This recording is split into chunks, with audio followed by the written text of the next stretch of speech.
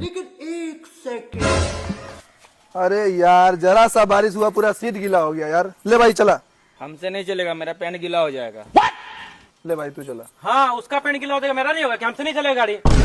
अरे यार पूरा सीट गीला है, आगे बैठो या पीछे बैठो गीला तो होना ही है, किसी को चलाना पड़ेगा ना। ले चला। रुको जरा, सबर करो। पकड़।